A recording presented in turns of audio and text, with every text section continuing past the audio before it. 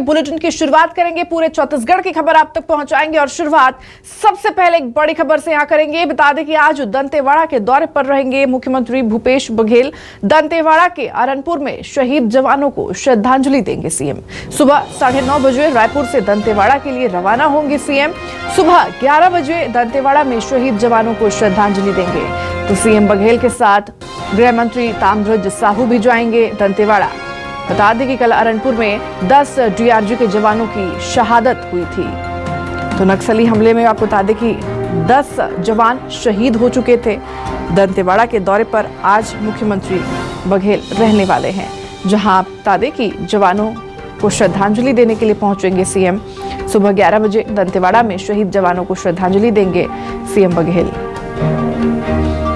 तो सीएम के साथ आपको बता दें कि गृह मंत्री ताम्रध्वज साहू भी दंतेवाड़ा जाएंगे। तो आज दंतेवाड़ा पहुंचेंगे मुख्यमंत्री भूपेश बघेल।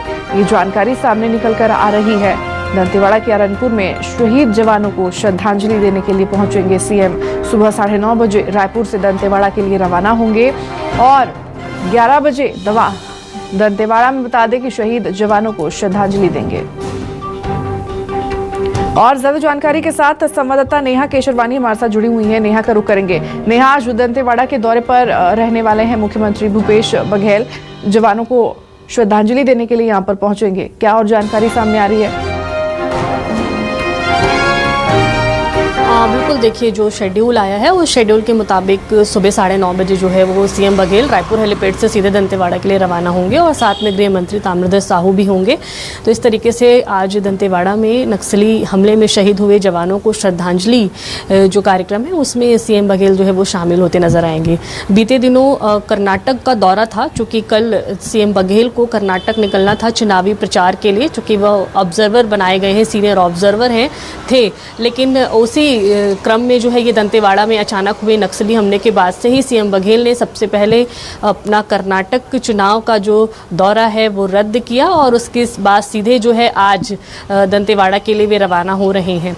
और इस पूरे मामले की गंभीरता को देखते हुए सबसे महत्वपूर्ण जो जानकारी है वो मुख्यमंत्री भूपेश बघेल ने खुद हाई लेवल मीटिंग जो है वो बुलाई थी। देर शाम जो है डीजीपी है, गृह मंत्री हैं, तमाम लोगों के साथ जो है, तमाम अधिकारियों के साथ जो है मुख्यमंत्री भूपेश बघेल ने बैठक ली थी। और जिसके बाद बैठक में ये फैसला लिया गया है कि आज यानी दंतेवाड़ा जब स्पॉट पर पहुंचते हैं श्रद्धांजलि कार्यक्रम के बाद इस तरीके की जानकारी भी सामने आई है कि इस पूरे हमले का, इस पूरे मामले का जो है वो आकलन भी करते नजर आ सकते हैं। तो गृह मंत्री भी हैं, वो आकलन करते नजर आ सकते हैं और आखिर क्या वजह रही होगी इतनी बड़ी घटना की, इस पूरे मामले का आकलन जो है वो तमाम जो मंत्री हैं, अधिकारी हैं मौजूद होंगे, वो वहाँ पर भी करते नजर आएंगे। तो इस तरीके का जो आज दिन भर का शेड्यूल है, फिलहाल शाम को सीएम बघेल की वापसी रहेगी और आज वहाँ स्पॉट पर आकलन के बाद क्या बातें सामने निकल कर आती है ये पूरी तरह से देखने वाली बात होगी। जी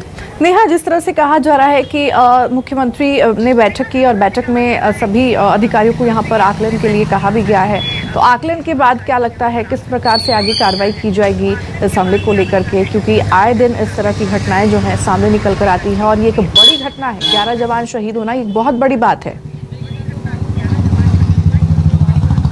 बिल्कुल, ये बड़ी घटना है, बहुत बड़ी बात है। और जिस तरीके से इस घटना के तुरंत बाद मुख्यमंत्री भूपेश बघेल का बयान सामने आया था कि इस पूरे मामले में नक्सलियों को बख्शा नहीं जाएगा और चूंकि कांग्रेस के तमाम जो लोग हैं वो भी इस तरीके का संकेत दे रहे हैं कि अब छत्तीसगढ़ में नक्सली खात्मे की ओर हैं, ये बयान कांग्रेस की तरफ से है और उसके पहले जो ये घटनाक्रम है वो हो रहा है। तो फिलहाल इस पूरे मामले में किस तरीके की घटना हुई है, कहाँ पर चूक हुई है, यहाँ का आकलन करके नक्सली ऑपरेशन को फिर से जो है वो बढ़ाया जाएगा, सर्चिंग ऑपरेशन तेज किया जा सकता है। इस पूरे मामले को लेकर के सबसे ज़्यादा जो बस्तर का इलाका है, छत्तीसगढ़ का जो सबसे ज़्यादा नक्सल प्रभावित इलाका है, बस्तर का इलाका, वहाँ पर हालांकि कई अभियान चल रहे हैं नक्सली उन्मूलन के लिए, कई अभियान वहाँ पर चल रहे हैं। इस दौरान अचानक से ये घटना घटती है और आगे भी इस पूरे मामले को लेकर के जो है किस तरीके की सावधानियां बरती जा सकती हैं, इस पूरे मामले को लेकर के कोई ना कोई दिशा निर्देश जो है वो दिए जा सकते हैं। फिलहाल आकलन का इंतजार है, आकलन के बाद कहां पर चूक हुई है और क्यों ये घटना घटी है इस पूरे मामले को लेकर के फिर आगे दिशा निर्देश जो है वो जिस दिए तरह जा से सकते देखिए हैं। नेहा, फिलहाल ये घटना घटी है, उस अब पूरे इसको इलाके लेकर के पर विपक्षी पार्टियां भी जो है वो सरकार पर निशाना साधते हुए नजर आ रहे हैं। पलटवार की आवार पलटवार का दौर भी यहाँ पर देखने को मिल रहा है। तो क्या आगे मुख्यमंत्री इस पर लेकर ठोस कोई कार्रवाई करेंगे, या हर बार की तरह अधिकारियों की तरफ से जिस तरह से आश्वासन दिया जाता है कि कार्रवाई की जाएगी, लेकिन हर बार की तरह इस बार भी स्थिति जस की तस रहेगी? बिल्कुल देखिए, विपक्ष जो है वो बयानबाजी कर रहा है, लेकिन ये एक अलग घटनाक्रम हो सकता है। लेकिन फिलहाल राज्य सरकार, क्योंकि छत्तीसगढ़ में नक्सली कोई आज की बात नहीं है, ये बहुत पहले से चले आ रहा है, क्योंकि पहले की तुलना में अब हमले कम होते हैं, तो ठोस कदम उठाने राज्य सरकार तो उठाएगी ही। विपक्ष की तरफ से पूर्व मुख्यमंत्री डॉक्टर रमन सिंह ने भी इस पूरे मामले को देखते हुए कहा है, क्योंकि वो भी 15 साल छत्तीसगढ़ में नक्सलियों के पूरे मामले पर, एक्टिविटी पर नजर रख चुके हैं, और उनके कार्यकाल में भी कई घटना हुई है। तो उनका भी बयान सामने आया था कि कहां पर आईईडी ब्लास्ट लगा है, इसका पुख्ता जो जानकारी है वो कोई भी नहीं लगा सकता है। तो जाहिर सी बात है कि सर्चिंग ऑपरेशन जो है वो तेज करने की बात विपक्ष की तरफ से भी ये कही जा रही है।